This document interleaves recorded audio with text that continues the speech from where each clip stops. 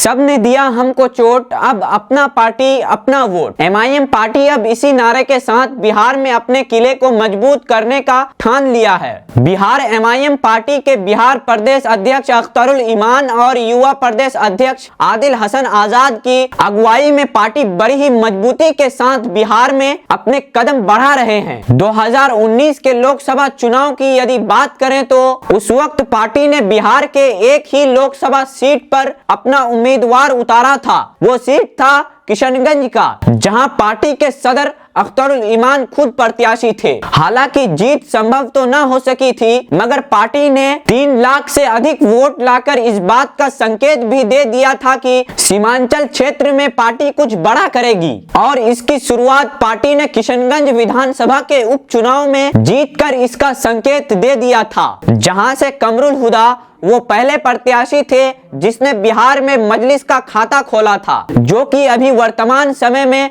राजद के किशनगंज जिला अध्यक्ष हैं। इसके बाद विधानसभा के चुनाव में पार्टी ने एक रिकॉर्ड तोड़ जीत हासिल करते हुए 5 सीटों पर चुनाव जीतकर जहां सबको चौंका दिया, वहीं अपना पहला सीट किशनगंज न बचा सकी। बात दीगर है कि जो लोग एमआईएम से जीतकर विधायक बने थे, आज वो राजद के विधायक हैं। बहरहाल 2024 के लोकसभा चुनाव में मजलिस बिहार में काफी जोर के साथ पार्टी विस्तार कर रहा है। जगह जगह पार्टी मीटिंग कर रहा है, यहाँ सभाओं का दौर भी शुरू हो चुका है, जो इस बात के संकेत को ताजा करता है कि शायद इस बार एमआईएम बिहार में अपनी सीटों का इजाफा करेगी और ज्यादा से ज्यादा सीटों पर चुनाव लड़े। अगर सच में ऐसा होता है तो राजद, कांग्रेस, जेडीयू के लिए कोई अच्छा संकेत तो कभी नहीं होगा। लेकिन मजलिस की बात करें तो एक तरफ बिहार में पार्टी मजबूत है, तो दूसरी तरफ पार्टी को इस बात का भी मलाल है कि राजद ने उसके जीते हुए विधायकों को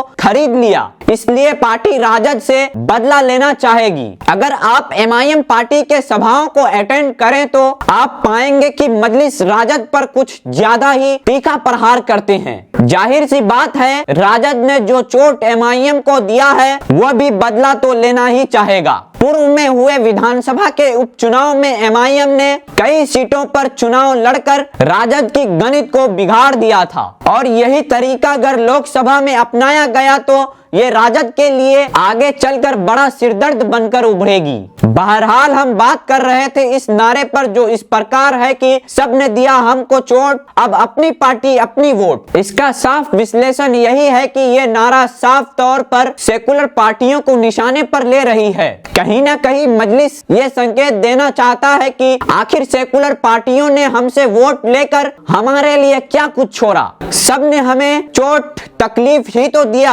इसलिए पार्टी ने नारा दिया है कि अब अपनी पार्टी यानी एमआईएम पार्टी। लेकिन क्या बिहार की जनता इस नारे पर गौर करेगी? इसके लिए करना पड़ेगा और भी कुछ महीने का इंतजार।